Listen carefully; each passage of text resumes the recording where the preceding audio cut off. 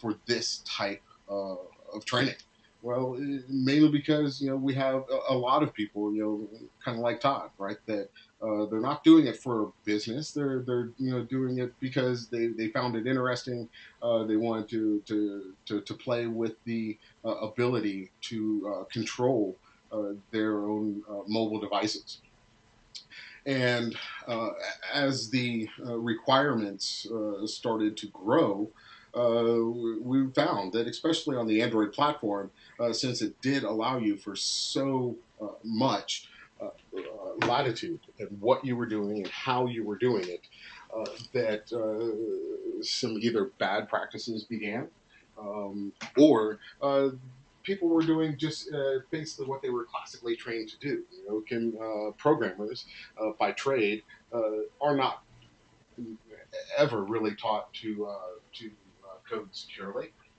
They were code to make it work. Right, we all remember our first class, right? You had to make it say "Hello, Mom," right? And you got an A if you made it say "Hello, Mom," right? Or maybe a B if it said "Hello, Mom," but you didn't comment your code, right? But that's what they taught us, right? Make it work, comment your code, and move on. But never really paid a whole lot of attention as to whether it was working securely.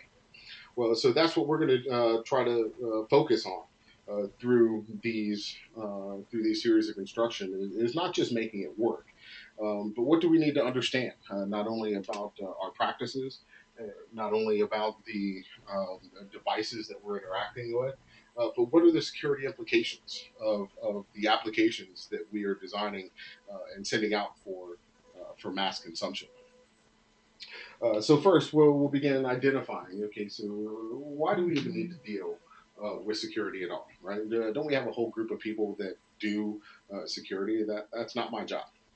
Um, Identifying the requirements and the expectations, not only what are the business requirements, but what are the user requirements? What is the expectation of the consumer as I develop and post applications into the Play Store? Uh, what is good practice? What is bad practice? We'll take a look at our individual processes. Some of them are going to be different than others, and everybody is. I'd say the great thing about coding is it's kind of individualized. It's unique to the coder. You can see almost some coders' personalities as you analyze their products. But what we want to try to do is not take away the personality of the individual app designer, but build some standardization in there, right? In that development process. And then let's look at the risk profile, right? Look at the attack vectors that are available to bad actors with what we have designed and sent out for consumption. Okay, so that is the focus of this series of instruction today. We'll have some exercises along the way, and you will also make sure that you have access to each one of the labs for really time um, uh, considerations. We probably won't go through a lot of the labs through each session. It'll be something that you will work on for yourselves. And then in the next session, as you work through the labs, we will maybe take a look at possibly some issues you had along the way. Maybe somebody else had the same issues, and we can at that point maybe collaboratively figure out what right, what worked, and what went wrong. Okay, so from that understanding, we take a look at the entire ecosystem, right? The ecosystem that we are orchestrators of or participants in. The great part about this particular subject is we not only are the producers, but we're often the consumers as well. So we have an opportunity to download apps and use apps on our devices, and we see what we like and what we don't. And, hey, I could do that better, and well, have they ever thought about doing it this way, right? And so that part of that is why you see so many apps that seem to be doing all the same thing. Is one developer or another decided that they like the idea, but I can do it better, right? Unfortunately, especially on the Android platform, the applications have kind of gotten a bad name or a bad rap. Right? Developed on openness, developed in the open, free interchange of idea, the GNU licenses, if you will. A couple bad apples really spoiled it for the whole, right? And so now people are a lot more leery, especially when it comes to Android applications, than maybe some of the another platform, right? So we're going to look at how just the one bad actor or one bad apple can really ruin it for the whole. As we go through these slides, and it's just a little point of clarity, you'll see some words that are highlighted in red, maybe underscored. These are things that I want you to pay close attention to. Write those down because as you go for your certification exam, those are focus areas that you're going to have to be able to show proficiency of knowledge as you execute the exam. Okay, so that's why you see some different colors versus maybe what you pull down for your own for the slides yourself. Okay, so the user expectation. What is the user expectation for the applications that we design and distribute? Well, it's almost as individualized as each user, but we can group them, right? We can group them into common denominators, right? I need an app to manage my calendar. I need an app to manage my contacts. I need an app to help me keep budgeting. Okay, so it's going to vary based on what the user's expectation is, and absolutely the user's knowledge and experience, not only with this platform or any other platform, right? So trying to please everyone all the time, it seems to be where the downfall kind of began, right? How many of us have used a set of applications that looks like it's trying to do too much. Everybody, they tried to plug all this functionality into this one app that was supposed to do nothing more than manage my contact list, right? So in security, right, we say the more complex you make something, the more likely that it's going to fall prey to bad actors or malicious intent, right? So the KISS method always works, right? Just keep it simple. Once you begin with that core, let's keep it simple, keep the functionality there, focus on a user group.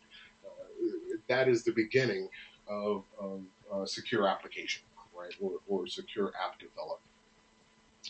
Um, then obviously we see, right, that sometimes you may wonder, the simplest apps, the ones that look like that my 10-year-old could have built that. Those are at the top of the App Store, right? They have the most downloads. They're enjoying the largest benefit from from their work, versus other ones that may absolutely be a better app or a better designed app, but because they tried to please everyone all the time, then obviously it just doesn't get downloaded as much, or people aren't buying it, or you're getting 1 or 2 stars where simple apps are getting 4 stars, right? So the core, the key, is to make sure that you're not trying to please everyone, that you're doing nothing more than keeping your focus on on design from when it starts on the cocktail napkin and then expands to an actual working prototype, and then obviously the final product. Okay. Um, so you see that I've highlighted here, right? Align with permissions requested in the store, right? So this is a core issue, and it's something that you need to make sure that you're addressing not only through the development of your app, but also to understand that you're setting the expectation, right? The user is allowing you by proxy your application uh, purview and permission into their private world, right? Into that device that everyone panics when they lose their phone, right? Do they panic like that when they for instance forget their lunch at on the bar in the morning leaving for work? No, right? But our mobile phones have become a personal part of our lives, and so they're granting you purview and permission uh, into certain privileges of that device. Uh, you have to make sure not to violate that trust, right? The features that you or the permissions that you've asked for when they download your app, you must remain consistent with it, right? Why does this simple app that is there, for instance, once again, to manage my contact list, why does it also need root access to my device? Right? That you might have gone too far. Can you get the functionality there without root access to the device? Once again, you're opening up an attack vector that is much wider than the user expectation uh, is for that particular application. Okay, so first, if we know that we need to keep that in focus, then you have to understand just the cores or the basic, right? How do the apps run on the platform? Uh, what is the vulnerability of these apps? Are they susceptible to overflows? Are they susceptible to scripting?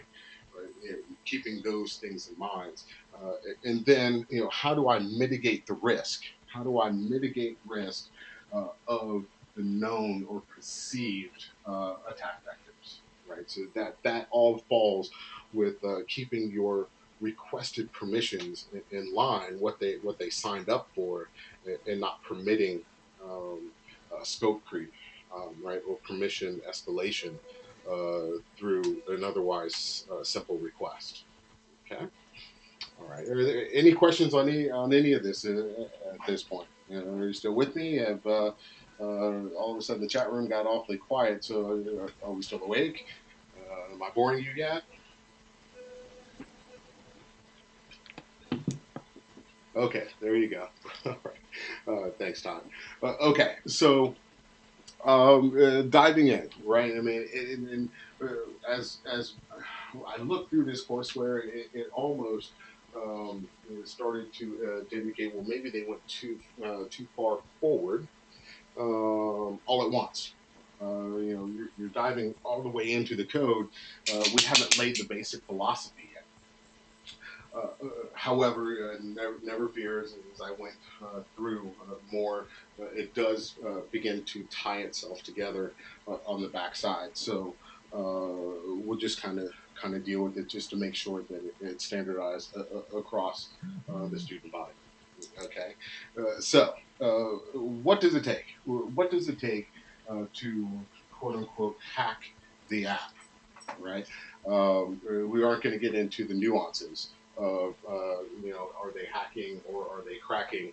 We'll just agree, since it's a universally kind of known understanding, uh, hackers are, for our discussions, are going to be bad actors. Okay, they're going to be the bad guys. So to hack the app, what are they really doing? Right? Um, does it take a large skill set? Excuse me. Uh, can anyone do it? Are these highly trained individuals that we're dealing with, or are they kids? Well, the answer, quite frankly, is yes. Right, both. They are some hackers are highly skilled at what they do, and absolutely tearing your code apart, seeing what you've done, manipulating minute pieces, simple calls back into the framework, uh, and then some of them are just kids, right? They're kids that went out googling. How do I, hack an app? Pull down enough documentation, essentially to make themselves dangerous, and off they go, right? But the actual application or the um, uh, hacking of the apps is relatively simple. Takes very little, or at least a small subset of knowledge to be able to break an app apart and cause havoc with it. Lots of tools out there, right? And just simply just give it a shot. Go out there and Google. Hacking Android apps, you will have hundreds of hits that will give you all the tools and knowledge to execute what your intent is. Uh, Basically, there are a simple 7 steps, right? First, obtain the APK file, right? Uh, Once I've obtained the APK file, I'm going to copy that to my computer, and then I'm going to tear it apart or disassemble it. Uh, Once I've disassembled the APK, I analyze the raw code, the backside, the working, the horsepower. I want to know everything about how the app is working. And so this is where they use our weaknesses against us, right? Beginning, like I said in the beginning, beginner programmers are taught religiously to comment your code. A lot of people still do that. So this is where the basic understanding starts to work against us. Because we've told them in the comments of our code what each section or subsection or call or process may be doing. um, Once I understand how it works, once I find a vulnerability, it's as simple as just inserting my code into your product, right? So once I insert the malicious code, once I make it do something that you never intended to do, I just reassemble it, right? And reassemble the APK, sign it, and then deploy it. Now, yes, this is harder to do, for instance, in the iOS platforms than the Android platforms, because there isn't a looser standard, if you will. However, both platforms are susceptible to rooting the device. That means you have many people that never go through the quality controls and the quality checks. They're in their own rooted store, and that's where you're going to find a lot of these applications. They're not necessarily in the Google Play Store. They are, in kind of the shadow stores, if you will. That people, once they've rooted their device and started bypassing some of the basic controls, uh, that's where you're finding a lot of these malicious apps. So that's absolutely a key to keep in mind, right? It is the looseness and comparison between the platforms and some of the rules of the road, if you will, of how to or of what each platform requires. So these next few slides are very basic in itself, and essentially what we're going to do is we're going to just walk through the um, the 7 steps that we just spoke about, right? So obtaining the app's APK file. Quite simply, you download the software to do this. It is, as a matter of fact, one or two of the labs that you'll execute through uh, this course. So that should tell you, right, how easy the basic toolbox is to begin some of these steps. The APK file is right there,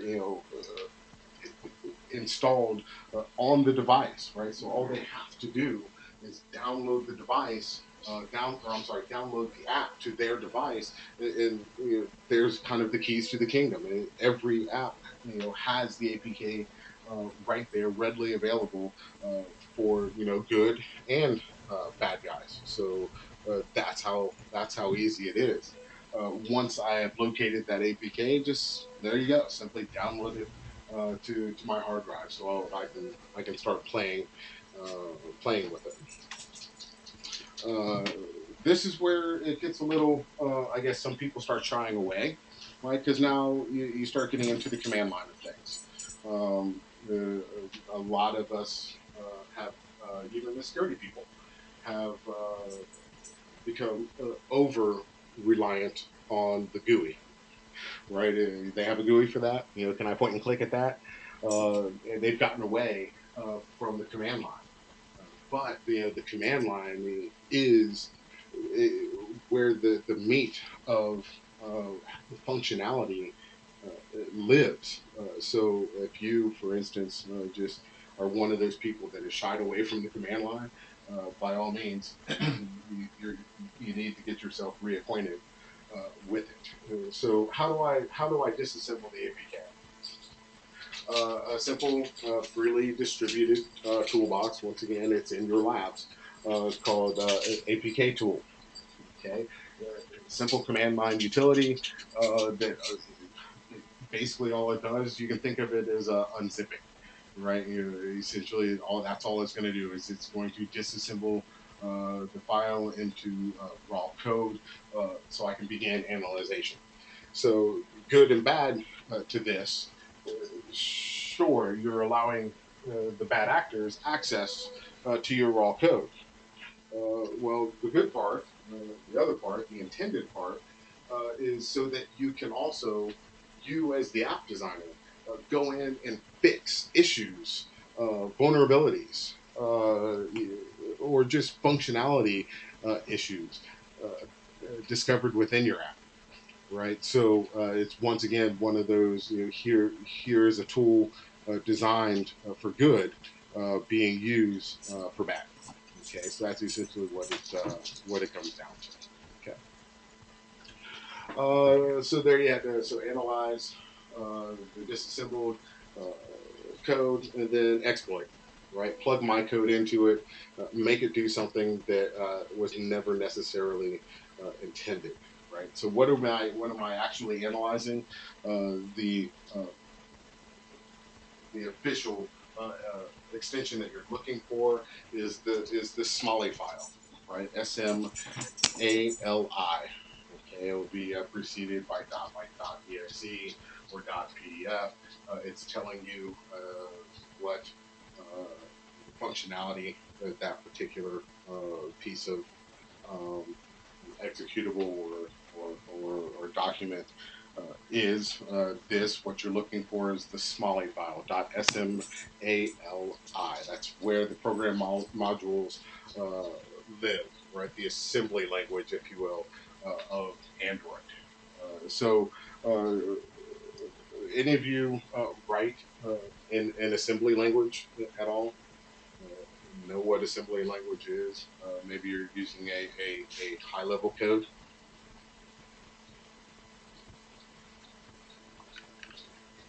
Anyone writing in Fortran, for instance, or COBOL still? Have we all migrated past that? Yeah, COBOL. There you go. C. Okay, so got some C sharp. Okay, so good. So you understand, some of the words that I'm using. So the Smalley file is the language of Android. It is the assembly language of Android. All right, so that's essentially what you need to take away from from that is, and then just reassemble it. right? Put it back together. So this, same tool that you use to tear down, you use the same tools in reverse to put it back together. Right? You're still obviously you're still working in the command line. No, there isn't necessarily a GUI for this. Everything is being executed on a flat black screen. So with that being said, now here I am. I have my package received, analyzed, torn down. I have my payload inserted, put it back together. Now, simply all I got to do is take the new APK file, the new file that I altered from its original, and then I got to get it back into where it can be openly and freely distributed. And that, once again, I got to sign my code, right, or sign the application. Once I sign it, then I can put it back into the store. The signing program or mechanism is a program called Key Tool. So that is going to tie a one-to-one or a many-to-one. You'll often find that an entire organization will sign uh, their applications, kind of like King. Sounds like maybe somebody unmuted. Um, uh, Bo, did you have a question?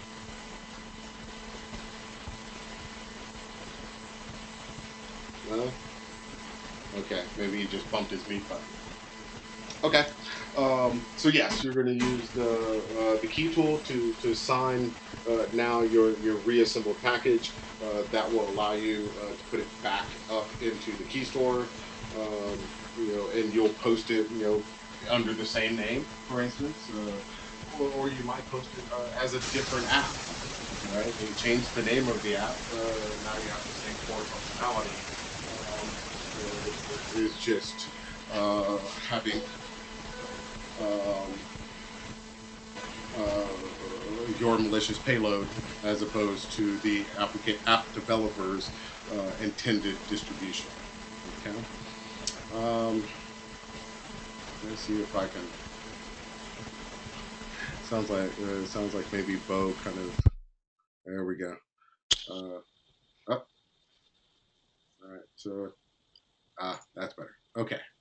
All right. Bo, did you have a question? No, for some reason I have two mics going. Ah, okay. No worries. No worries. Yeah, like I said, the technology at best sometimes fails us. In general, I don't mute everyone because I never know who has a mic and um, who prefers to type. So if you don't, I'll just ask if you don't have a microphone or you're not asking a question. Yeah, it seems like everyone is kind of on ball with just muting their mics. No worries. Okay. Um, so that's the basic steps. That's the ABC, if you will, of how it's done. Pretty elementary in discussion. I think we'd all agree, right? Now you see why I say right. It's varying skills of required. Whether it's accomplished, seasoned programmers that are creating these malicious payloads, or whether it's what we would call script kiddies. Right? They download a piece of malicious software or script from the internet, openly and freely distributed across the internet for your consumption or their consumption. So, being that it is in fact so easy to do this, right? To deliver payload to unsuspecting consumers or users. That's why we have to take special considerations in making sure that the applications that we are writing and developing are, in fact, secure from the beginning to make it a little more difficult for our attacks to continue. Okay, So we have to take a lot of things in account, right? We almost have to pull out a crystal ball. Most of our bosses, right, especially when they look at the security guys, they think that we have some sort of crystal ball that we're seeing into the future and can predict what happens. Are we all kind of security people here? Is our focus security with most all of us? Yes, no,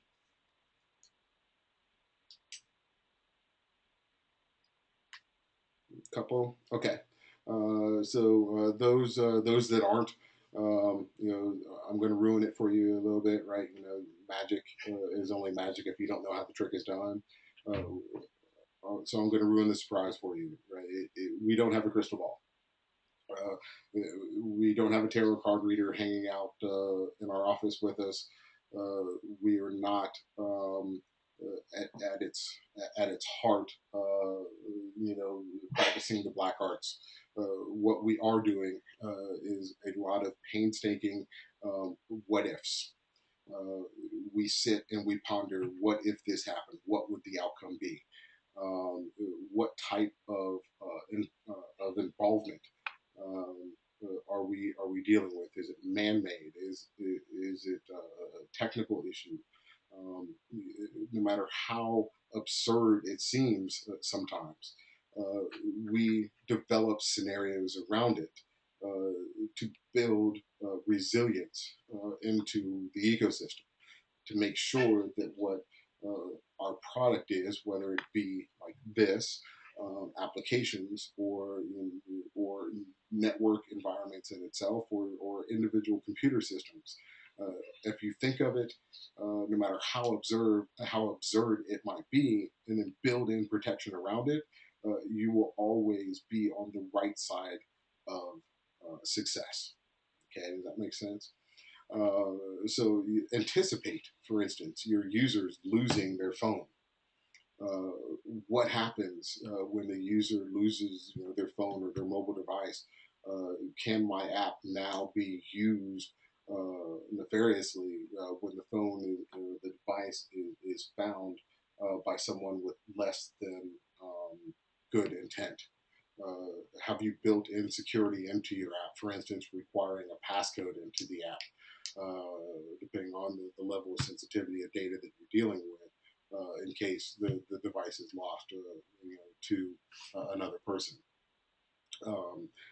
Or, for instance, what if the device isn't lost to another person, but is damaged, for instance, in a flood?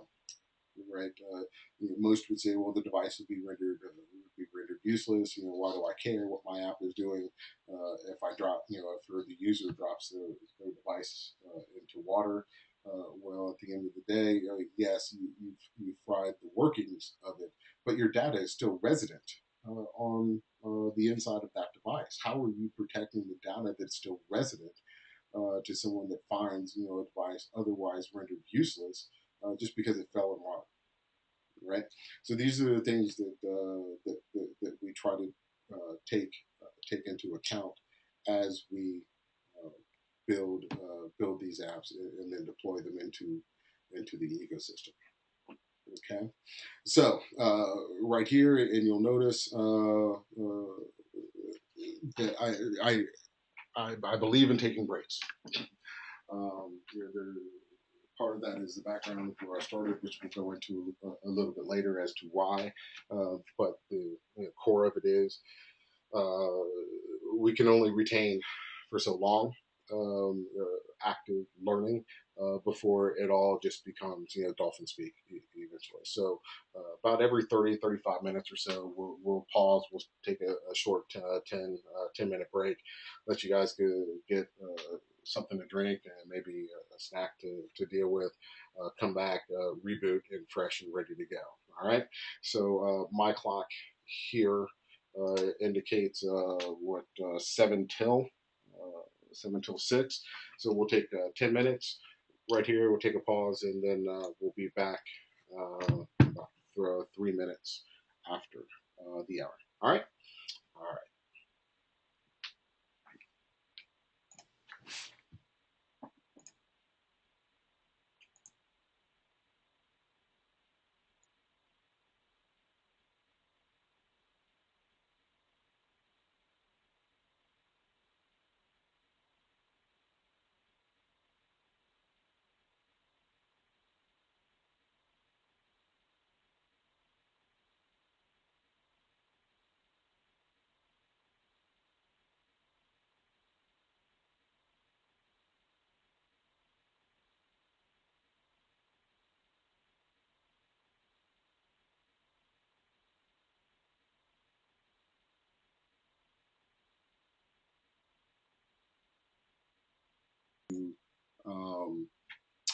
be unacceptable to the stakeholders. So you'll see the calculation for it. Would I expect that you are going to be required to be able to regurgitate, for instance, that calculation? The answer is yes. Okay. So risk equals the threat by the vulnerability by the consequence. Okay, that's how we are going to gauge our risk or the level of risk, or are we at an acceptable level of risk that is indicated. So, who indicates acceptable level? In general, that is going to come directly from the key stakeholder, right? In the government space, you might call them the DAA. In the commercial world, you'll be some C-level executive, CIO, CTO, what have you, that indicates what is an acceptable level of risk. Now, remembering that we're dealing now, especially with apps, we're crossing over into user space. The user, right, will often indicate what is an acceptable level of risk, right? It goes back to when they download the app, right? If you're asking for more permissions than they think that your app should or could require to perform the function in which they have indicated is required by downloading the app, they will indicate that the risk is too high, and then obviously they're not going to download it. Then we haven't met our goal of a popular or revenue generating application, right? Yes, understand that risk is the threat by vulnerability, by the consequence or the perceived consequence of exploitation. Yes, I will also expect, just because CompTIA, especially in the security world, to throw a few things additional at you. For instance, what is risk versus what is a vulnerability versus what is a threat. Okay. How many of us, for instance, just a simple show of hands, already have a Security Plus certification?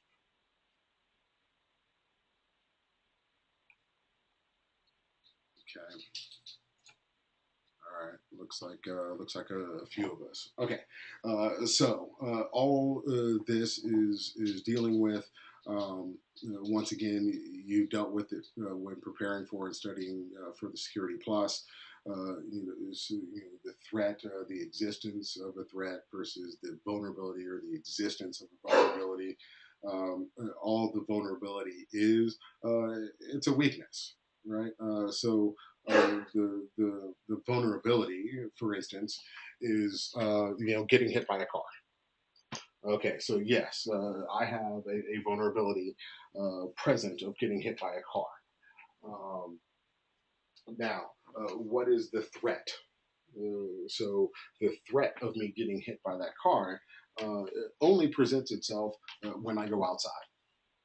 So I become a hermit and I never leave my house.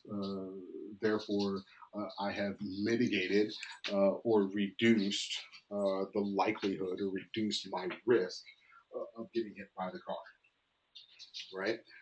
So if I decide that I'm never going to go outside, does that eliminate the risk of me getting hit by a car?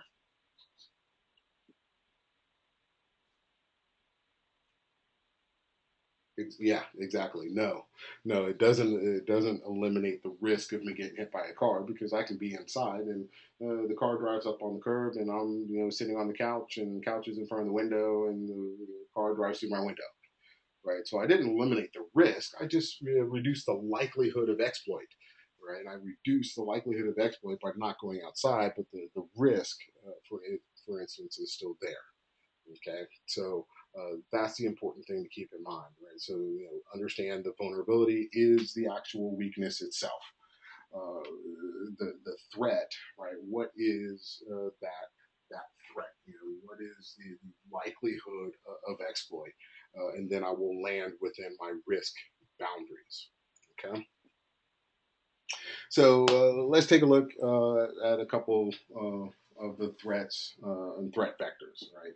So when I say threat vector, you know, we've all seen, and if you haven't, go rent it. It's a fun movie just to kill, once again, kill some brain cells. The movie Airplane, right? You know, we've heard, you know, what's your vector, Victor? Right. So what direction, right? Where's it going to come from? So email, right? Email is by far on probably every list that I've seen the most popular threat vector uh, that we see because it's easy and often non-attributable, right? It can come anonymously to your inbox, delivering malware payloads, and you just don't know, for you know, for instance, that you've been hit, or even that it's malicious. Right? It may not be on its face. It may not look malicious. But however, you know, like I said, I mean, I don't have to have a real address to send you an email.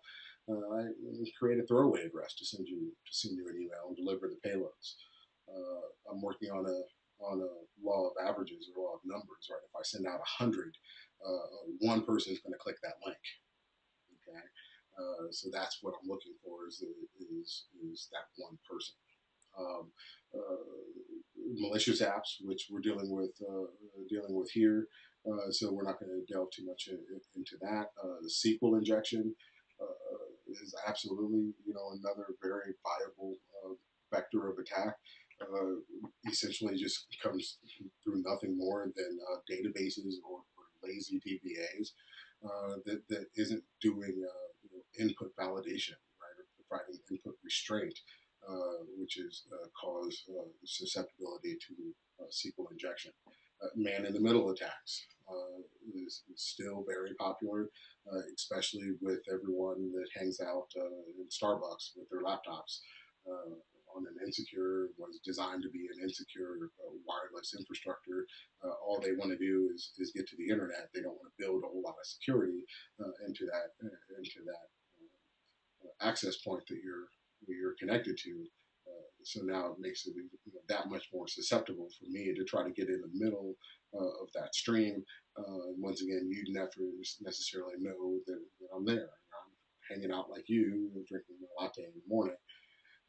Buffer overflows. Once again, attributable to poor programming, right? You're not doing the type of input validation and restraint within your code that is leaves it open to memory attack. Right? Let me fill up the buffer, and then inside the buffer, I'm going to attach a piece of my code inside your code. Then once it's completed running what the user says it to do, I'm going to drop a piece of code on the tail end of it in the buffer that is, you know, not monitored to escalate my privilege. Okay, so buffer overflows are still extremely popular as long as we have insecure programming going on. And then, of course, right, you know, we're not going to necessarily pound into unencrypted passwords, for instance, or storage and data transmission. You know, we have just got done most of the world patching against the Heartbleed vulnerability. No, it wasn't a virus; it was a vulnerability in coding of how we handled SSL transmissions. So what we thought was a secure mode of communication, maybe not so much, right? So if you don't know what the Heartbleed is, by all means Google it. If you haven't changed your passwords on the myriad of accounts that you have out there during one of our breaks, go change your passwords. Okay, all right, that's a deal. Okay, so we're about at the point now where it's about time to take another quick pause. So we're gonna pause right here, another 10 minutes, and let you guys go get Go get a drink or whatever you need to do, and we'll be back in about 10 minutes. All right.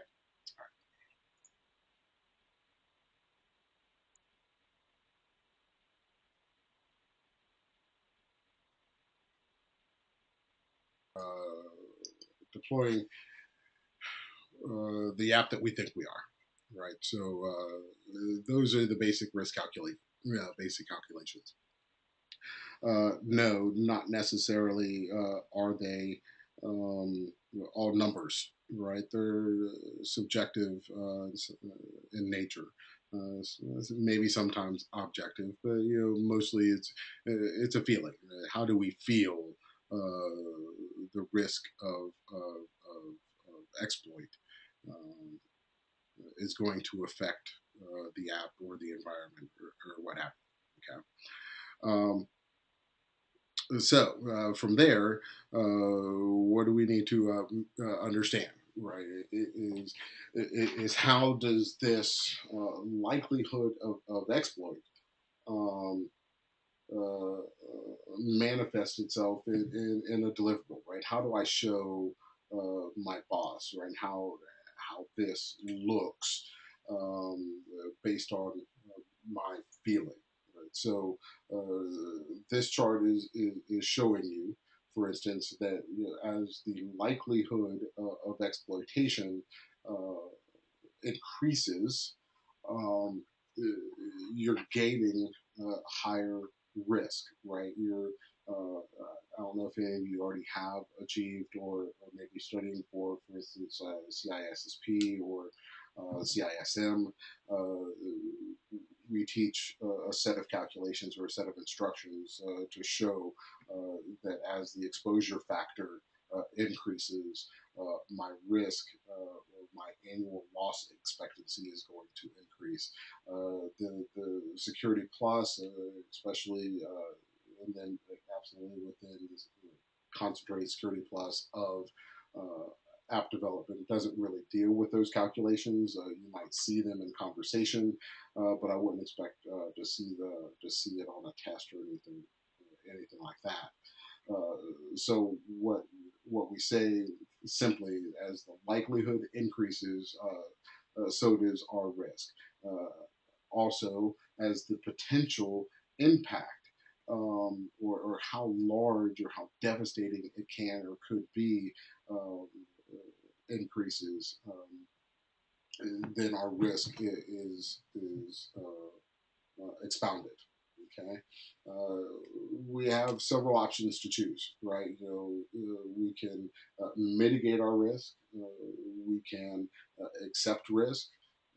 We can share or transfer risk, or we can avoid altogether. Just avoid the risk altogether. So, uh, generally, what are examples of this? Well, I think we all understand what risk mitigation is.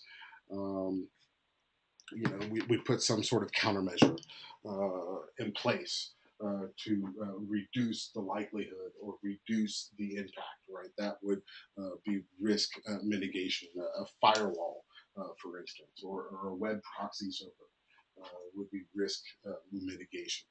Uh, Risk acceptance. Okay, got it.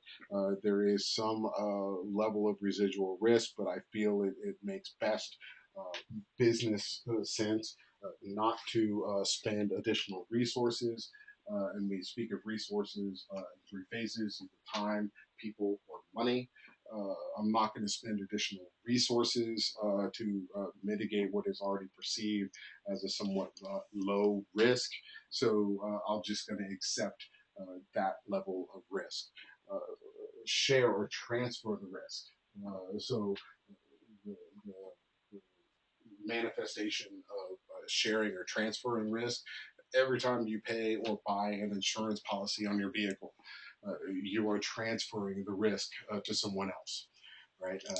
I can't afford, for instance, to write a check for $32,000 if I were to go out today and wreck my vehicle. However, I still need the vehicle to get back and forth to work, to get pick up the child from school, to do everyday life. So I can't avoid the risk, right? So I can't just drive the car or risk not having a vehicle. I can't just accept it because often there's the law in place that says you will carry insurance. So I need to share the risk or transfer the risk somewhere else. So I call Geico, who can make sure, stroke the check for me when, God forbid, something happened and my vehicle was totaled and I need a new vehicle. Then we'll replace the vehicle. Maybe someone's injured. They'll pay the medical bills and so on and so forth. So that is share or transfer of risk. Or as I indicated in that example, avoid the risk. Just don't do it. Right? Just don't own a car. Don't drive a car. What have you? The risk is too high to continue to do business or to continue to operate in the manner in which I am. So I'm going to avoid the risk and just not do it altogether. Okay, so those are the four ways we indicate risk acceptance, or risk execution based on residual risk. Those are our four choices. Are there any questions over that portion at all? Understood? Because this is it should be worth at least a couple points or two or three questions over risk and how do we determine what our next step is once we identify risk. Okay, doesn't look like we have any questions. Okay, all right. Well, I just want to make sure, like I said, that's a good one or two questions for you on this exam. Okay. Okay, doing the math, right? So this isn't a math test. This is a security test. I would not anticipate you through the execution of this exam having to do or perform these calculations. I know that they've toyed with it from time to time. It's just not necessarily the best use of resource in this case being time. But if you do hit a question or two about the calculation, they're always going to use nice round numbers. So never fear. So essentially, you just got to know where and how to plug those numbers in, right? And so, do you feel a simple show of hands would do it'd be beneficial to walk through the math and how to calculate the impact or the risk factor through this discussion? Yes, no. It's your class, so I will let the mob roll, if you will.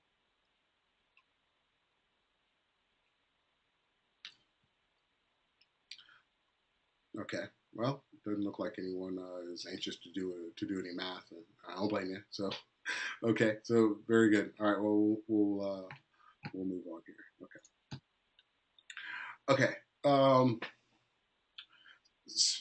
Special security risk. Okay, so what makes this unique? What makes this discussion set unique?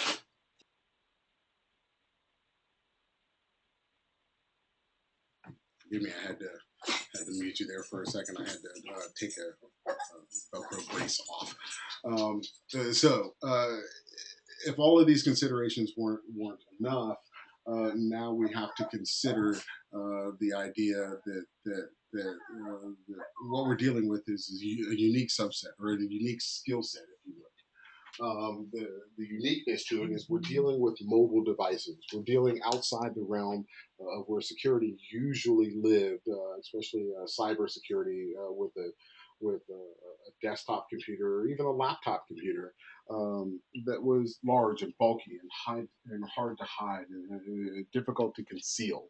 Right, mobile devices are increasingly getting smaller and thinner, but yet faster and faster. They are every bit, in a lot of ways, like the laptop or desktop that you are on now, just in the palm of your hand.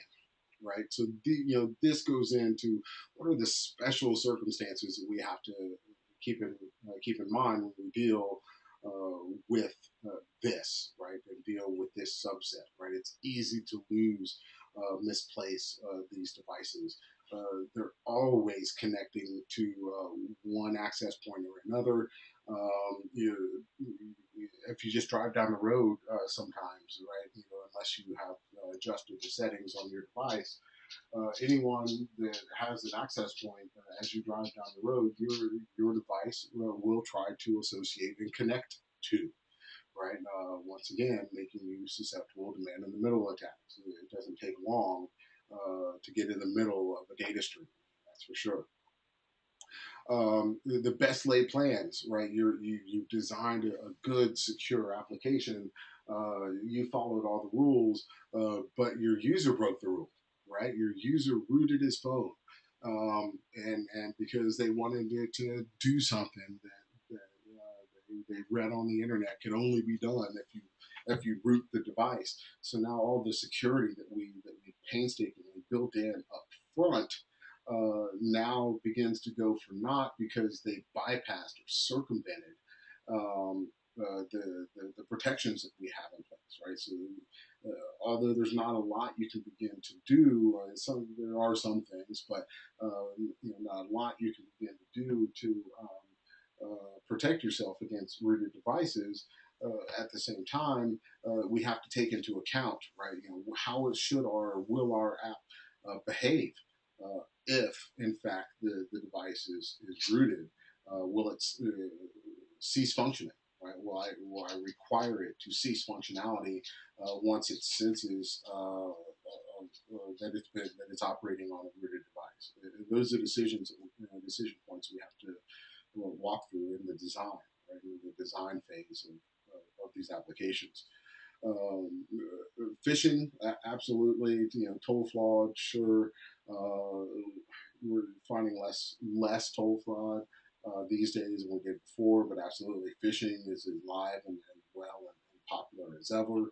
And then this the general lack of basic security, right? There aren't a lot of people that run antivirus or a firewall software on their Android device, right?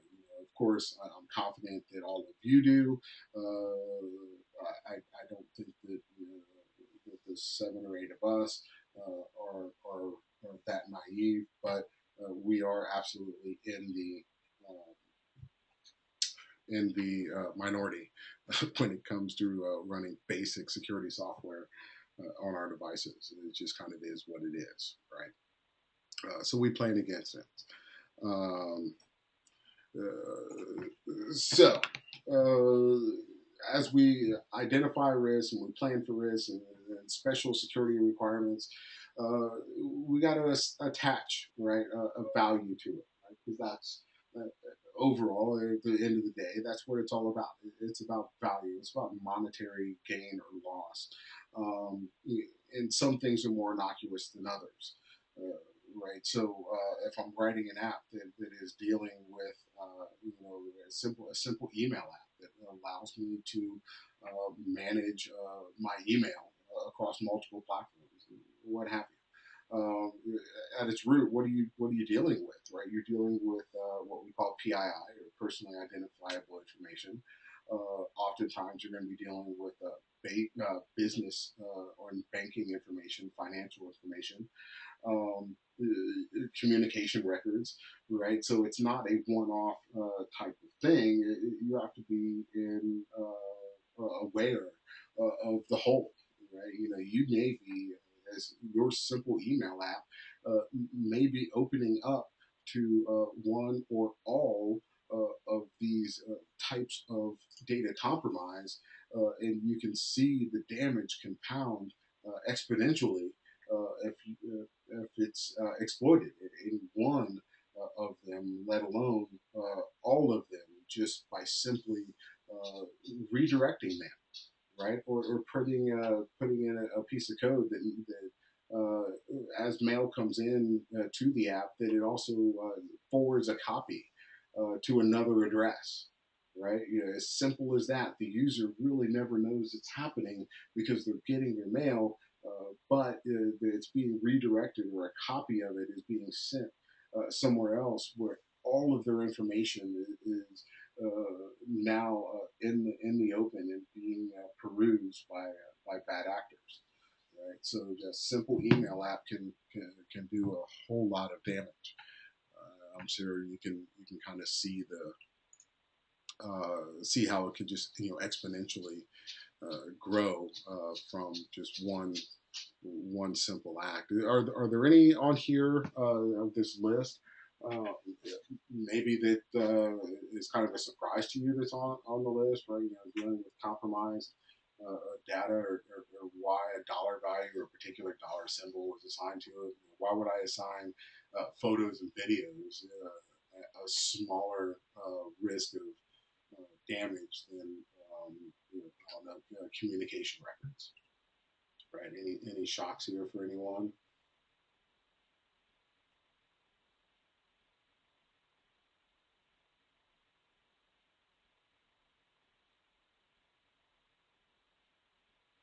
No. Okay. All right. Well, good. Okay, so we'll move on to the next one. Okay, so everything we do has consequences, right? What is this all building up to? What is the end game or the end state? Um, at the end of the day, it all comes to a well-rounded deliverable, if you will, right? Proving to the key stakeholders that we've taken uh, all of these things into account. Excuse me. We've taken all these things into account, right? And now you, sir, whoever that is, that now has to write the check to continue production or choose not to continue production. I'm laying out everything for you, the good and the bad, the pros and the cons. And now it's decision time, right? You have to tell me how you wish to proceed. Um, Understanding that ignoring risk, just not recognizing that I've handed you this deliverable, is not the same as accepting risk, right? Choosing to ignore it is not an option, right? In this day and age of plausible deniability, right? Are you going to put in the work or the effort or the time to create this deliverable and then not leave yourself a paper trail? Right? You're going to email it to them. You're going to send them probably a digitally signed email, right? And then ask for a read receipt or what have you. Some accounting mechanism to make sure that receipt is acknowledged. Right, so you can no longer ignore the fact that I handed it to you. Now you have to make the decision. Right, I can't make that decision for you. It's not my business. I'm just the app developer, for instance. Um, how am I weighing this? Right, is the risk of operation outweighing the consequences of doing whatever it is I need to do? So think through it and then provide good point and counterpoint when it comes up. Because once again, a lot of this was very subjective, it was a feeling in nature. Be able to justify, right, why I weighed something higher than another. I used good science, or I used good strong common sense to get to this conclusion to help you make ultimately the right decision. Okay. At this point, so this is going to conclude the first module. Basic questions, just and as it says, reflective questions. There's not a test here. I'm not going to require you to write an essay or anything like that. But these are the things that you need to think through, right? What are the special security vulnerabilities and concerns that apply to apps you've developed or will develop? What is the single greatest challenge for an Android app developer? Right, it's going to be soft and squishy. And it's going to depend for each person. What I find to be a challenge, you may find to be simplistic in nature. So that portion is up to you. Like I said, we're not going to we're not going to have a test at the end of this. Okay. Your certification exam, I think, is enough test as it is. I think you'll agree. Okay. All right. So at this point, it looks like yeah. So I'm going to pause here just for a few minutes. I'm going to change out the slides, and we'll move on to the next module, module two.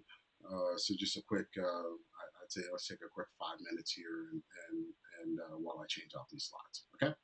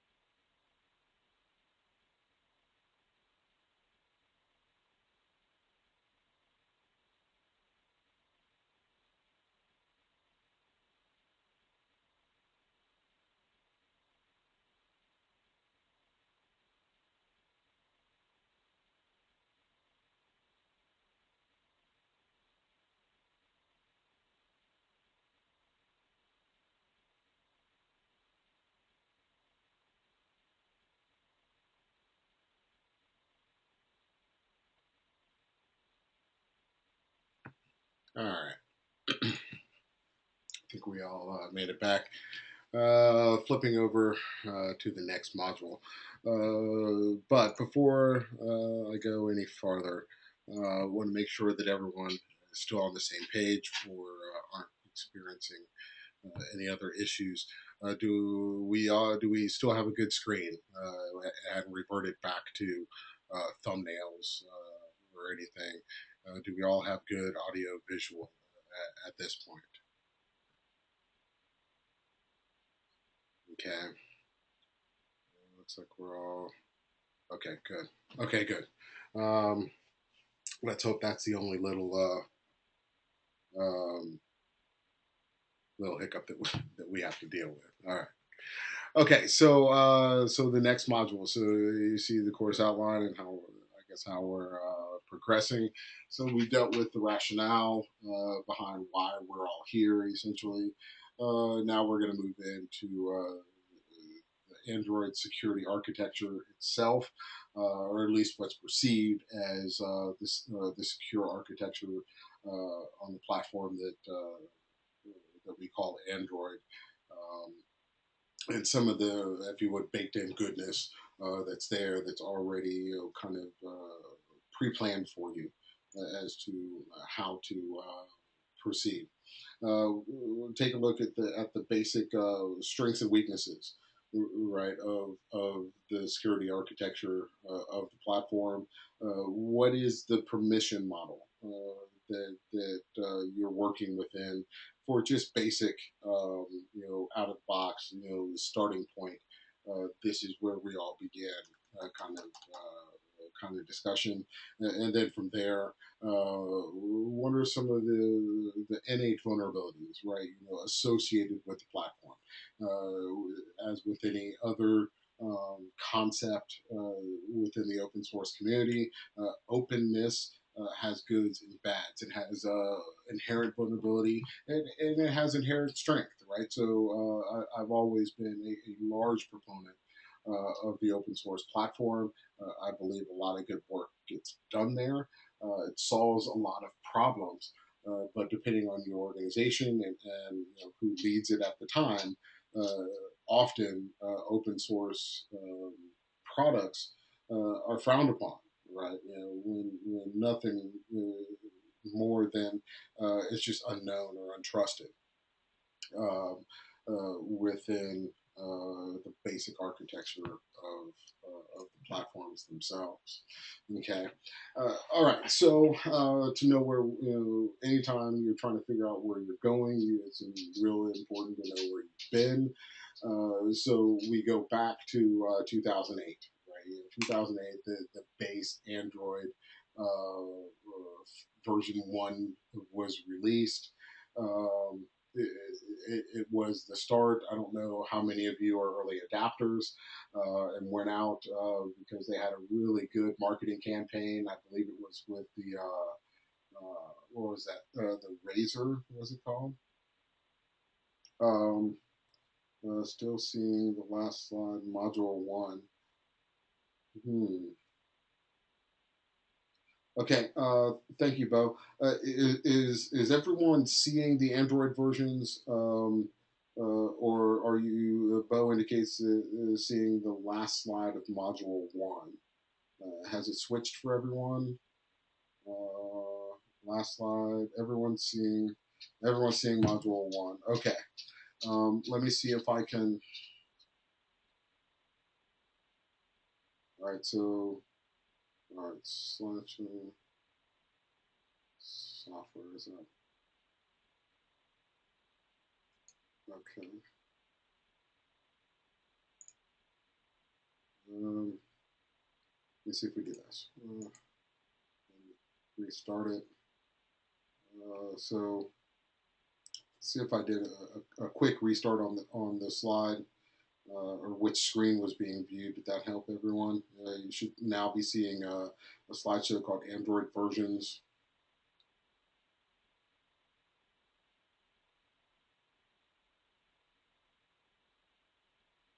Okay.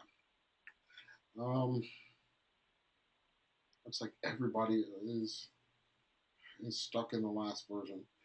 Okay. Um, so, if everyone's stuck, maybe the right thing to do is to see if I can end the session and then restart the session. Um,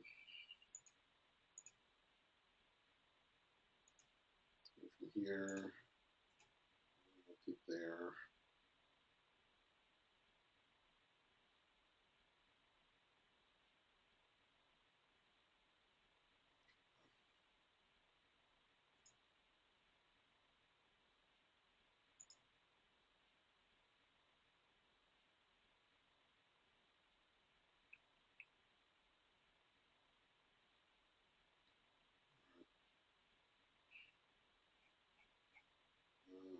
All right, seeing Android versions. Okay. All right. So good. I didn't have to go all out of the session. Just kind of restart the session when it did itself. Okay. Good.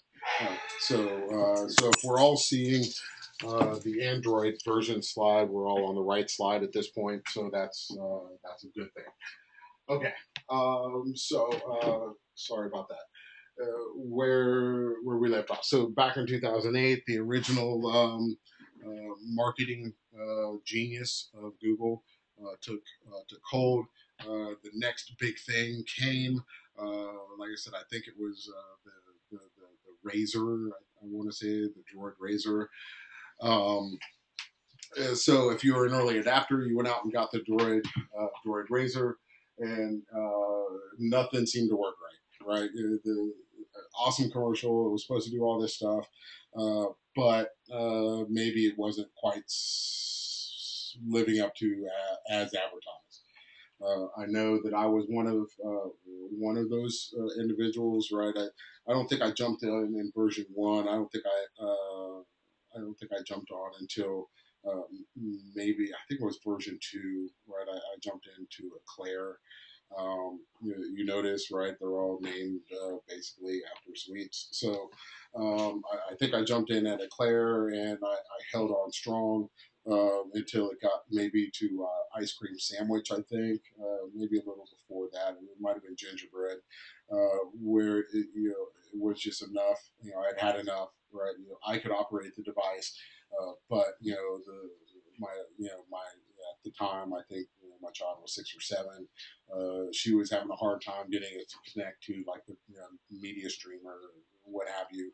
Um, so at that point, I started making a migration with with all of our devices across platforms. But you see, it's iterative. They're all sweets in nature, starting from base, cupcake, donut down to honeycomb, and now we're at jelly bean. I have had an opportunity to play with the jelly bean um, release. It is. I'm noticing a lot more stable. Of course, now I've like I said, I've jumped platforms again. I don't know that I'm going to go through changing out an entire household worth of devices again. So the primary goal, right, or features of that's built into the Android platform, or what is referred to as the Android project. Primary goal is to protect user data, right? Protect user data, protect system resources, and to provide application isolation. So is this unique in its design? Very much no. Uh, Anyone that has that's a study of all mobility and all platforms know that that is the basis of pretty much what we'll just call them both primary mobile platforms. Right, it is the first and foremost to protect the user data. Uh, Absolutely, the isolation of the application. Every application runs in a sandbox to itself, not to permit uh, the applications to begin to exchange data across the security boundary, right, or with each other. So my Facebook app does not directly coincide or spill data or use data from my Dropbox app. right? There has to be a helper in there. Usually, the base OS is what's going to do it to provide that overarching transfer. So if those three are the goals, right, of the Android project, how is that achieved, right? So uh, you'll see robust security. So anyone familiar with Linux, any flavor of Linux, really at this point, it doesn't really. We're not going to get specific into a flavor of Linux, whatever your choice is. Um, at its heart, Linux is and was designed to be a stable, secure operating system. Much more stable, much more secure than the de facto standard of a lot of the competitions. Windows being probably the most noticeable of that list. The mandatory application sandboxing. Again, the apps don't talk to each other. They use the helper or the base operating system as the helper if they need to interchange or use each other's data. It requires application signing. We talked about that in Module 1. And it lets you get granular into permission set. So, unlike the competing platform being the Apple platform, it's not you got to take it all or none situation. You can choose which permissions you're going to allow any particular app to be granted. That is the granularity, for instance, that the Linux platform offers,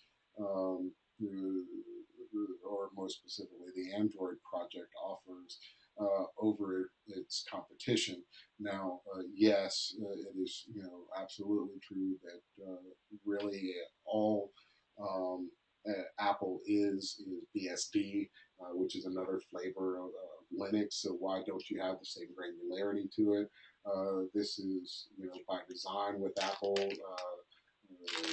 It goes into there are just different permissions being or latitude or leniency being offered the application developers with one platform vice the other. Okay. What are the bits and pieces and the parts, or the bricks, if you will, of the overall architecture? So working from bottom to top, it all starts, for instance, with the Linux kernel. The Linux kernel is how everything is the basis or the model for how it has to begin. What functions or features or portions that it must control, and you cannot break from that general framework, right? So the Linux kernel you see owns, for instance, the flash memory or the audio driver, or power management, or the camera itself. You have to ask for permission to use any one of those functions because, as I said, the kernel owns that function within itself. Moving up into the libraries, and once again, if there are any Linux people here, that you'll understand when I say libraries or .libs, what generally you're going to find in that file structure. You'll find, for instance, their SSL lives in the lib, the media frameworks, right? The database frameworks you'll see there with SQLite, the WebKit, right? Those are all you'll find in the .lib files. So specific to Android, you have the Android runtime, once again housed with the core libraries of what at its heart is Android. Then you move up into the application framework, and then finally the applications themselves, right? So that's where your home is, and home we would associate in a information system or computer world with the user profile. That's where Mike lives is at home, right? and then of course your browsers and contacts and a whole host of others, right? So that is the Android ecosystem or architecture that you're building from. Okay, love the penguin, right? So I'm making some assumptions, but I guess it doesn't hurt to ask the question. Linux people, Linux programmers, have anyone that their whole life revolves around Linux. That's all you have at home. I'm extremely comfortable in the Linux framework and Linux file system. How many of us do we have? Yeah, just a simple show of hands. So Matt, okay, so Matt prefers Linux and everybody else. Okay, okay. So I mean, once again, if you're going to be or you're going to say that this is your core concentration, which is the Android platform, and you're not already familiar with Linux, uh, highly recommended to get yourself familiar with Linux and the ins and outs, because that is just we're not going to really get into that here specifically, but know everything that we are doing is built on top of the Linux framework. Okay. Um, so within the Linux framework, there's some general goodness baked into it. The Linux kernel itself, right? You get extremely granular with it. Okay, Karen. So Karen's a Linux person too. Uh, you can, if you so desire, a few friends that have done it. Um, I'm not that into it per se, but you can build a Linux distribution all your own that is, Karen Linux, with just basic functionality that is desired by the distro owner. Right, getting down to just user-based permissions by you can do this at this time of day and that's it, type granularity. Um, Inherent in it is process isolation. That's just kind of the core foundation of what Linux was built on. It protects inherently user space, right? So it does not cross contaminate it, at all costs will prevent unless given explicit permission to user A from getting into user B's files. Right? There are certain portions that of the operating system that it co-uses. Right? Like for instance, it will use all the same library files. However, once you get into user space, it is unique to that user, right? So it's a great part about the Linux operating system is you can have multiple users running and operating at the same time on the system, and it dedicates resources on a per user basis so that every user has the required uses, or at least until it ultimately exhausts the entire system itself to run their required services. Okay, so that is it meets those three core foundational goals set out by the Android project. It was just the obvious choice in a lot of ways as to what base operating system to start from, and the Linux kernel just made the most sense. So once again, we're not going to really deal into this. We've touched on it a couple times. The fact that each Android app is sandboxed to itself. Okay, you'll see the term, especially in the security world, of sandbox over and over and over again. Uh, we we want to do our best as security practitioners to control the chaos. Right. So the best way to control the chaos, to control the unknown, is to let the unknown run wild in an environment that is has definite boundaries, right? So if I know that I can't control a virus, or I want to just watch how a virus works, I'll put it in an isolated or a sandboxed environment.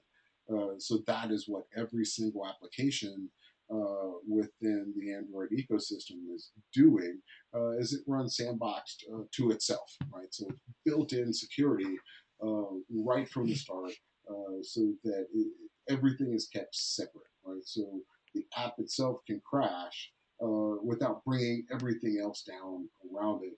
Um, Often, Windows world, you would call that the blue screen of death, right? Where everything just froze up, brought down every process in itself, and you're locked up and you're done, right? So I'm not going to beat up once again. I'm not going to beat up on the Windows people, but there's a reason why a choice was necessary, right?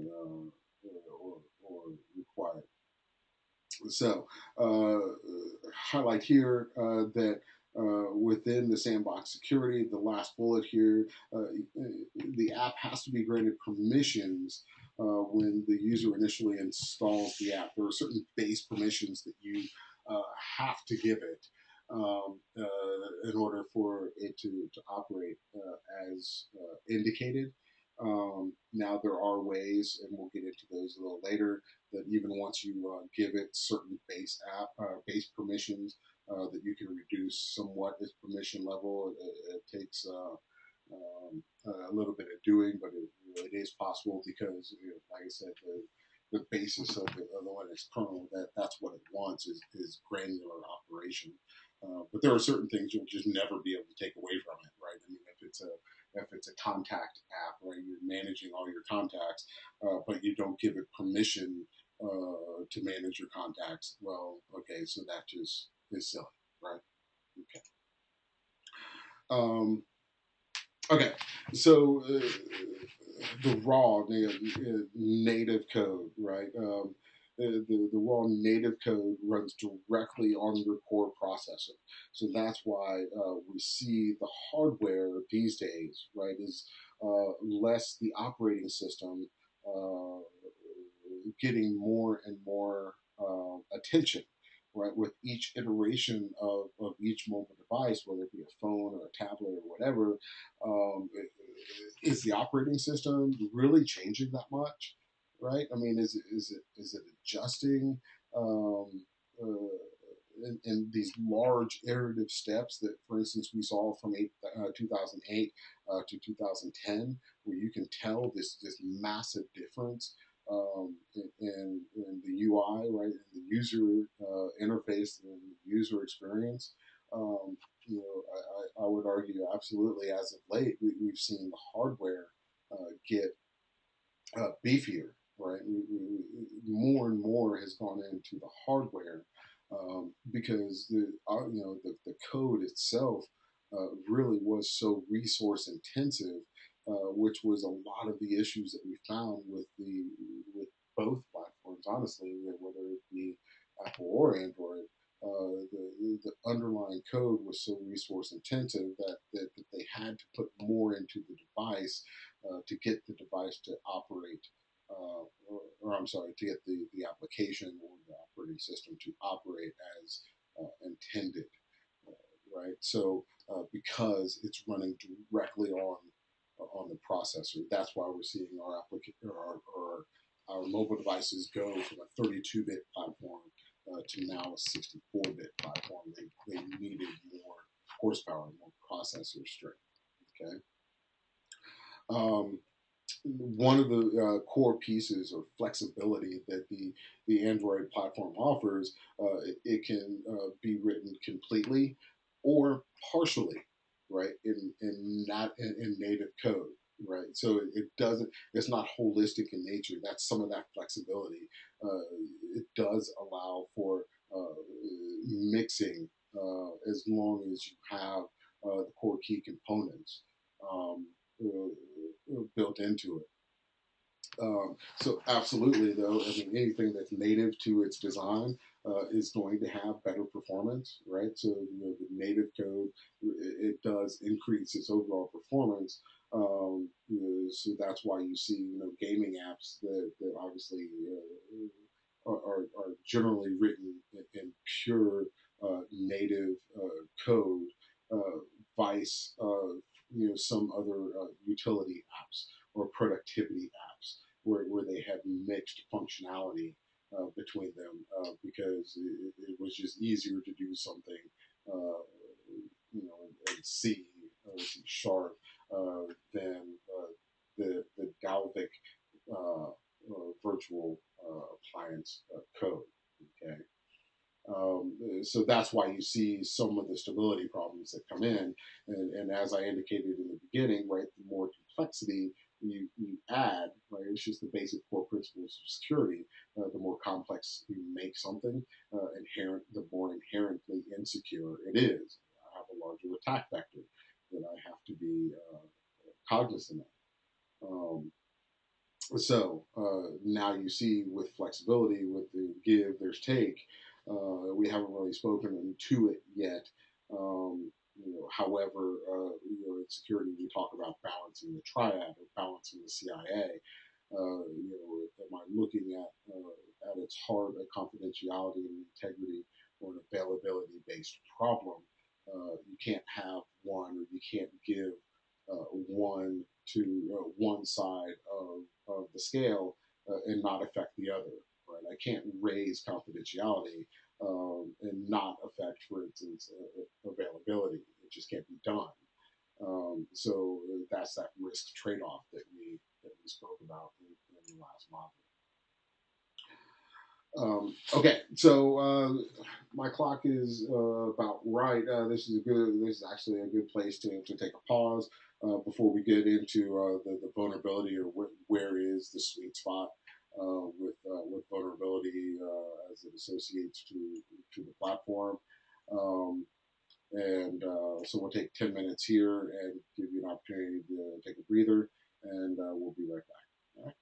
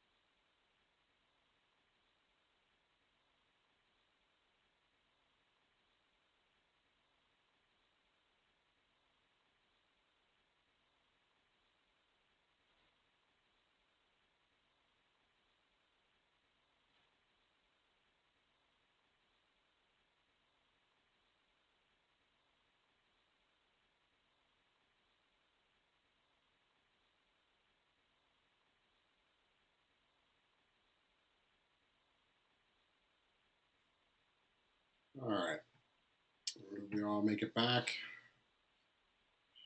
Okay. Um, okay, so nice, logical, or good place to stop. We left off. So, where exactly is uh, Android vulnerable? Right? Where is the sweet spot with it? As you see, like any other level of complexity, I don't want to attack at its strength. I want to find its weakness, right? So, is it between the servers in the cloud? Is it the activity interaction? Is it based in the database itself? Where is that sweet spot that makes Android vulnerable or susceptible to attack? Well, so the answer is all the above, right? It is susceptible at every level, right? Whether it be the client side attack or the server side attack. This is the complexity that we were talking about up front, right? Is the anticipation, the crystal ball, what can happen at each level based on the requirements of the application itself, down into the service settings or the database itself, or file permissions, or the simple weakness in the cloud infrastructure. So that, much to, I'm sure, your chagrin or surprise, depending on how you look at it, are the anticipations we have to look at. Right? It is vulnerable everywhere, but it's not unique to a platform. It is the constant issue that we deal with across most platforms. Is vulnerable at every level. So, at its heart, at its core, how do we begin to address this? We address it with basic permissions and application signing, right? So we start at the common denominator of it all. Don't allow your device to run or to download unsigned applications. That's how we begin mitigating some of the inherent risk. We should obviously design an app that runs with the least amount of permissions possible. Don't again, don't try to make an app do everything for all people. Keep it simple at its heart. Highlight there Android manifest XML file. Right? Android manifest XML file. That's where the permissions live. Okay, so when you start looking at the file, and when I capture the APK file and I unpack it all, that's one of the first things that I'm going to go and um, analyze. Right, is the Android manifest .xml file. What are the basic permissions that you, the developer, have already granted that particular application? I may not have to do a whole lot of work between privilege escalation and what have you, if you have already requested the permission for me. So it's going to run natively um, within the app that I wish to exploit. Um, so the takeaway here, right? The testable information here is the Android manifest.xml file. That's where the permissions live for each individual app. It will come and we'll unpack it when you unpack the rest of the app. Okay. So here's your basic permissions list, right? This is what pops up on the screen when the user or you have you download any particular app. It's going to ask you to accept.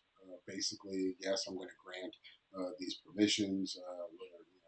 Short list here, storage, Install shortcuts. So do you want, for instance, the button on the screen?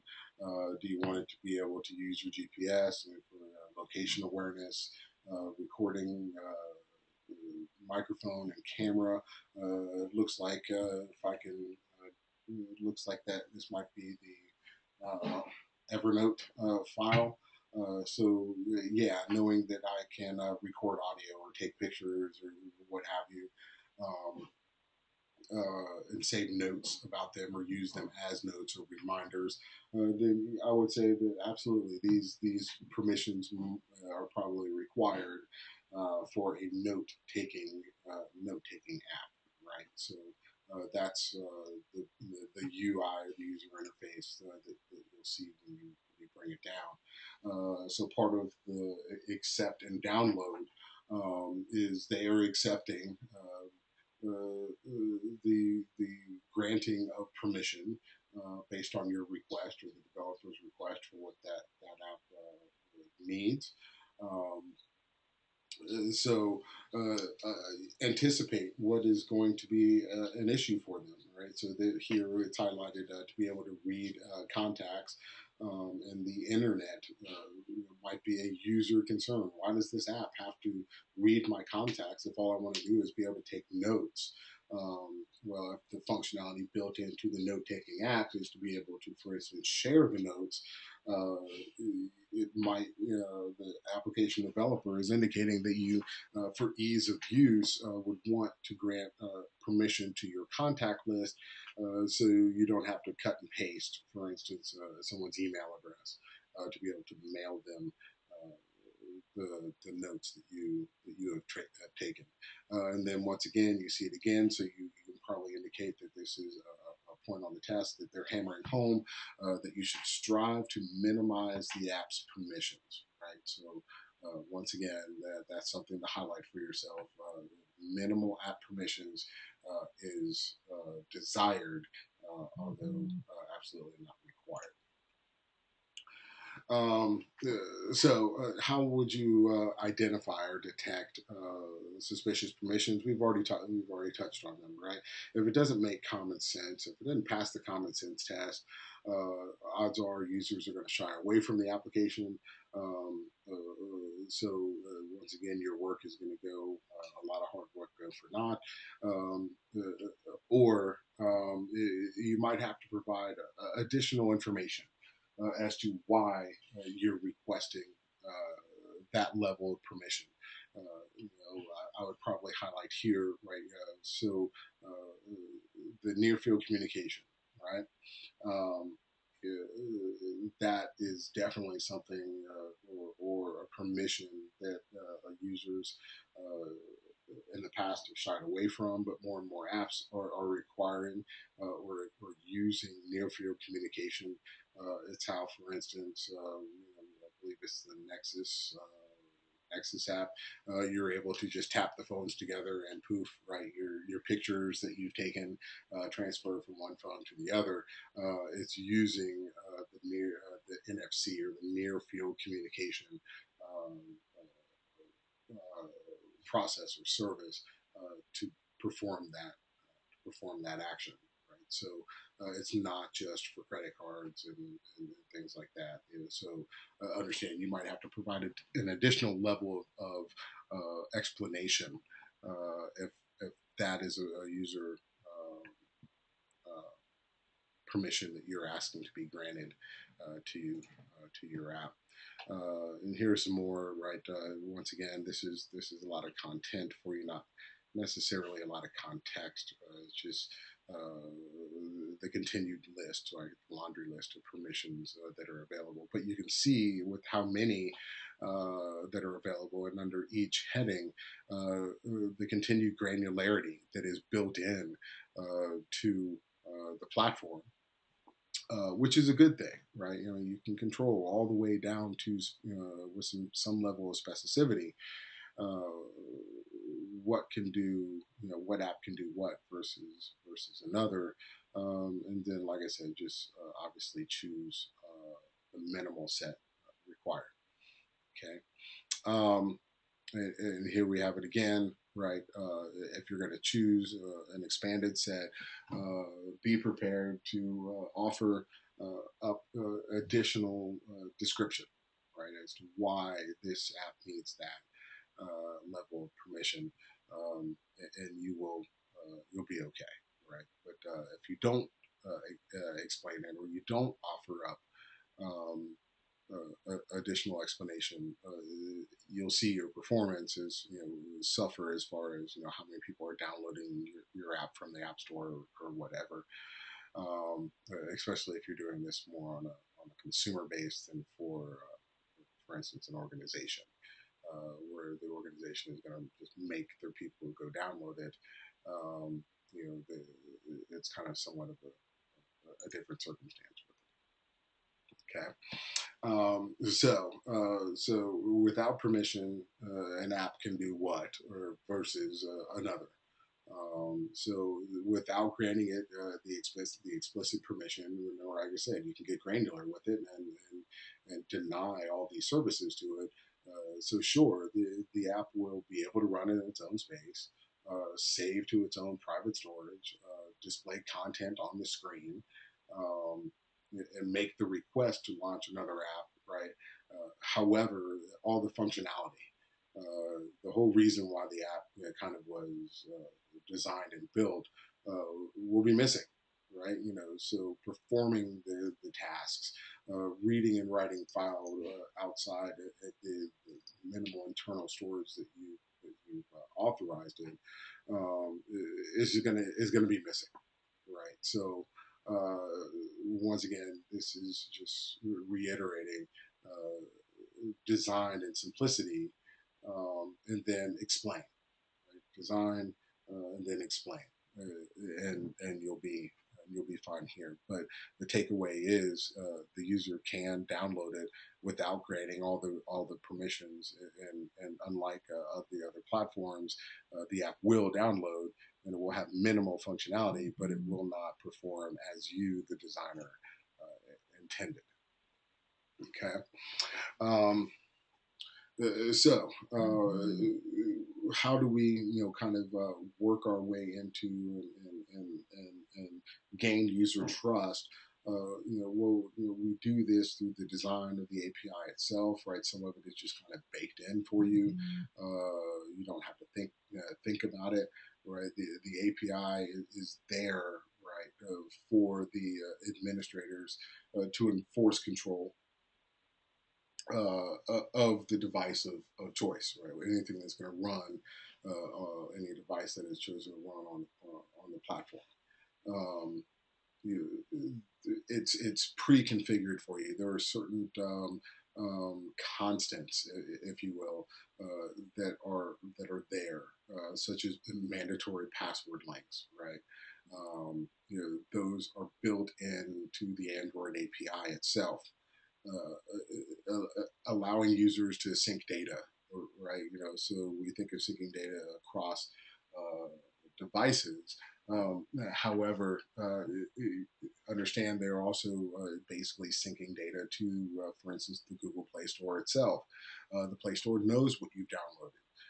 It knows whether you paid for it or not. That's how you recover, for instance, apps after you maybe do a wipe on your device. It's synced that data back to the Google Play database, so it knows not to charge you again under the same username or account. It's inherent in the platform itself, so often you may be able to take advantage of the inherent permission that the user has already granted um, the um, the application or the operating system. Um, Least privilege, right? So you hear a lot in security about least privilege and what is the application of least privilege. Uh, Quite simply, right? Give it at minimum what it needs and no more, right? Give it at minimum what it needs to operate and no more. That is the practice of least privilege. It is not unique to application development. It is one of the core building blocks, if you will, of secure architecture, secure design, regardless of end device, whether an end device is, in this case, a mobile device, or a phone, or a tablet, or an enclave, or an active directory. Right, it's all based on the concept of least privilege, and I'm going to give you what you need and nothing more. Okay, so here is just a sample piece, right? Of code, what you would see just in the raw code of the intent to launch the camera app. A whole lot goes into a user just pushing a button, right? However, um, the key takeaway here, right, is that no camera permission is needed to launch the intent, right? So you can run the process without granting permission to the camera, and the process will run. Whether or not you've granted it permission to access the camera or not. So um, I guess that's a good place to ask. Okay, so why is that important, right? Who can tell me why that's important to know that the process will run regardless of granted permission?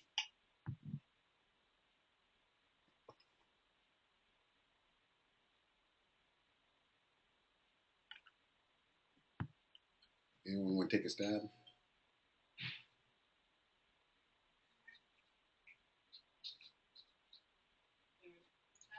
Anyone fall asleep on me? No one wants to venture out on the limb. Okay, okay. Well, so why is it important to know the process will run regardless of permission? This is something innocuous, for instance, like a camera. Okay, there you go. There you go, Bo. That's a good example, right? The use of resources. If I can embed a piece of malformed or malicious code into that app that will make it continually ask for permission. I will begin to exhaust the resources or the available resources of the device itself, and eventually render the device useless. And we would identify that as a DOS, right? A denial of service. Suck up all the available system resources. And if my intent is to DOS your device or make it unusable for you, then I've reached my goal.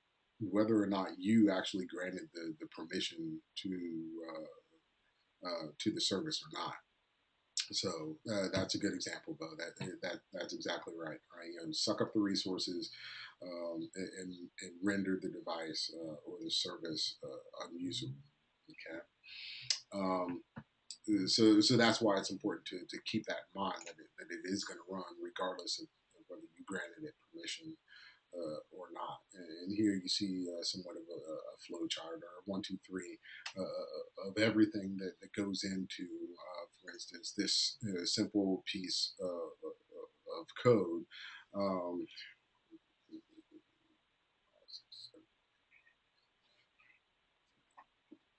so 16 lines of code. 16 lines of code kicks off a 6-step action. And that 6-step action, imagine that running over and over and over and over again. Kind of like sending repeated pings to a device until eventually you've used up all the available resources, right? Or sending a consistent initiating a three-hand handshake for a challenge response. Send, SYNAC, ACK, and never waiting for the response. Just send floods. I'm sure that you've seen that in your studies. Send a repeated send flood to utilize all the system resources until eventually the system can't respond anymore, and it comes to a screeching halt. Okay. So all that being said, okay, so where is Android vulnerable within the architecture? I think so we identified it everywhere. but that's not unique to the device itself or the platform itself. All platforms are basically vulnerable everywhere.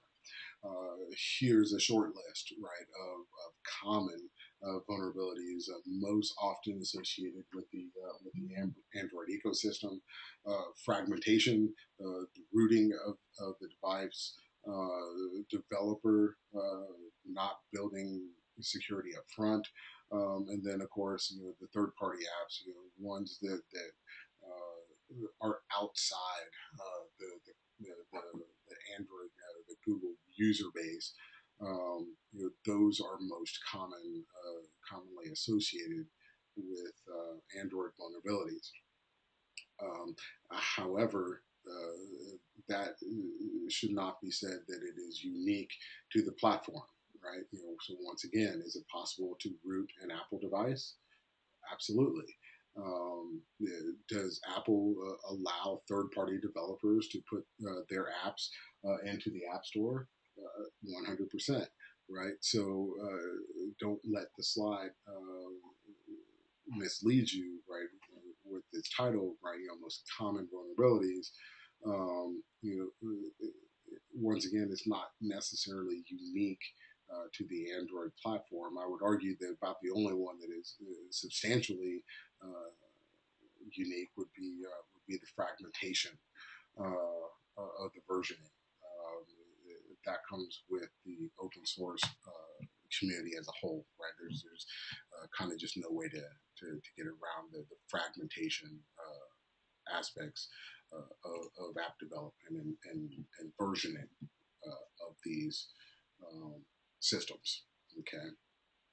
Um, so, I mean, breaking out for you what is meant here, I think obviously some of this is kind of common sense. We're not really getting into, I don't think, any area that you haven't been taught just at the beginning of learning security, anything unique here, right? Um, Correct me if I'm wrong, or interject. Absolutely, if I'm moving into an area that you just never heard of, or that just isn't kind of muscle memory for you at this point. Okay, so I don't want to use a term or identify something that I may think is simplistic that maybe you have never heard of. Okay, all right. So from here, I mean, so yeah, we'll walk through each one of them. Once again, they continue to be somewhat simplistic in their delivery. We know what rooting a device means, right? You're broken out of the designed or structured ecosystem. You're making the device do something that the owner or the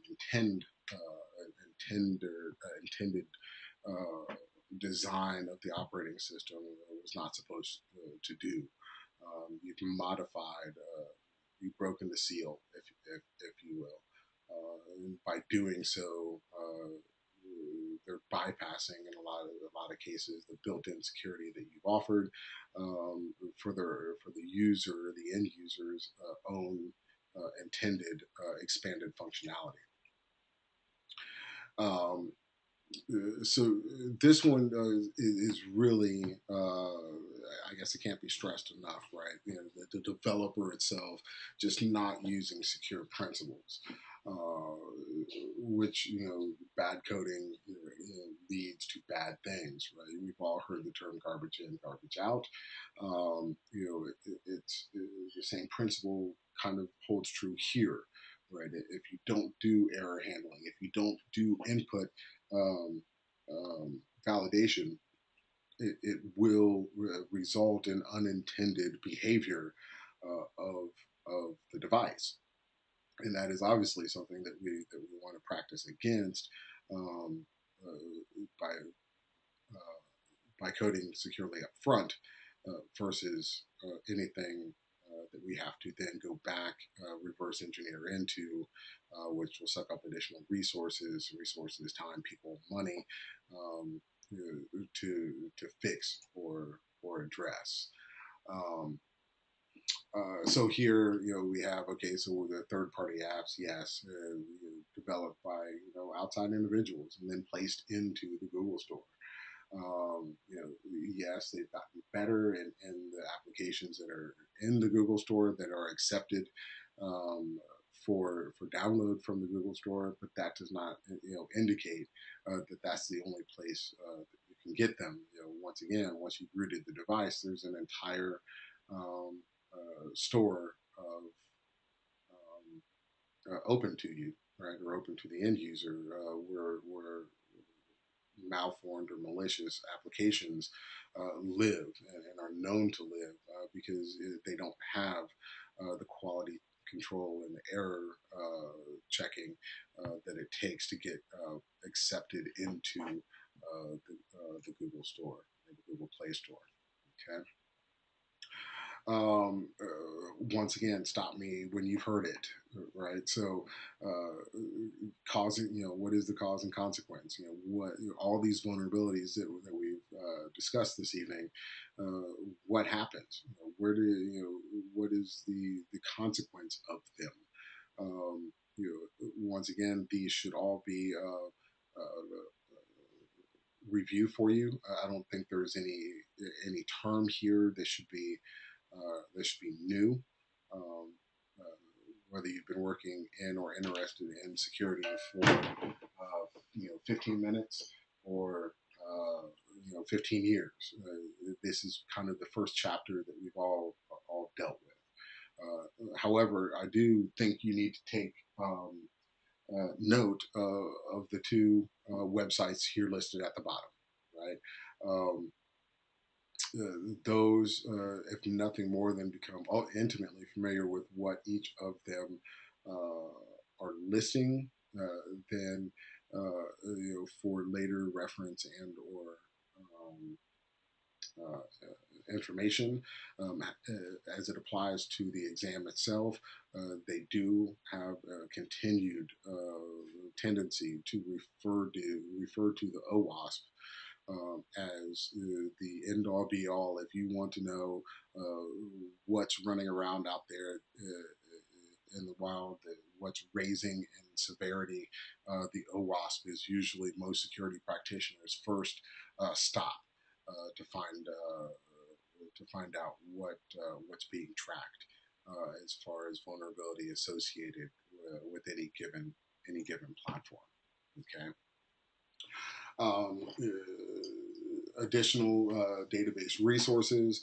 100%, yes, you should be familiar with the CVEs or common vulnerabilities and exposures. Um, Most all patches, for instance, regardless of operating system or platform, will have a CVE. If it has a patch associated with it, will have a CVE identified. Right? What is the CVE number of it, or the NVD number? It's going to link it back to the National Vulnerability Database, essentially for tracking purposes. It provides some greater fidelity for you, right? So, what is the impact of exploit? Right? What is the dissertation or the long story, right, of the vulnerability itself? And it's going to rate it for you, right? The ratings regarding impact and exploitability. Excuse me. Is it difficult to exploit? Is it an easy exploit? So on and so forth, right? So you'll find those in the CVEs and the NVD, the National Vulnerability Database. That's where you'll find those. Yes, that's real good testable information. Just be able to correlate the vulnerability and exposures and the National Vulnerability Database with known vulnerabilities of platform, and you'll be okay. Okay.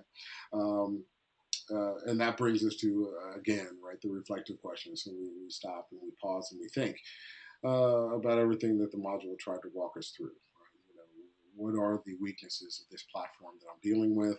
Um, and what are the, if any, vulnerabilities of the ecosystem, and how do I design around it? Um, you'll find that, yes, they probably will significantly influence the design of your app. What you want it to do, you may not be able to make it do because there's known exploit to it. And if I'm going to practice good, secure app development, I should probably steer away or find a different way to execute the intended purpose. Okay. That brings us to about the end of our session here today. Um, Other than some minor technical hiccups here and there, which hopefully we got all of them ironed out, and at least now I know what resolution to broadcast in, so that everyone sees the slides well, and then have to squint. I think that's a good thing. Um, So our next meeting will be Wednesday. We have a few moments left here. If there are any questions over any of the subject matter we covered today, I'd be more than happy to entertain those. I'd like to take the opportunity again to thank you for your patience with rescheduling this training series. Um, it was not something I wanted to do, but also I didn't want someone to have to cut my knee open either. So lesser of two evils. But I appreciate all your understanding with the rescheduling. Hopefully, it didn't inconvenience anyone. So that being said, are there any questions that I can answer over any of the subject matter that we've covered this evening?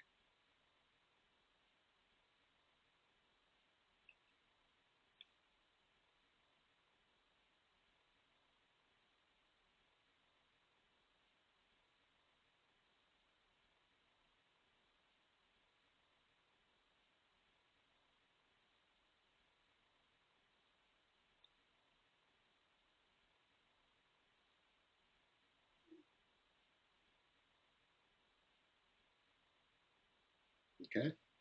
Well, it doesn't look like there are any questions. I'm going to remain signed in until 8:30. So if someone wants to hang out or whatnot, feel free.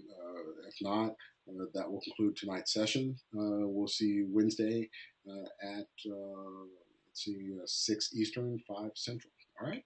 Thanks. We'll see you next time.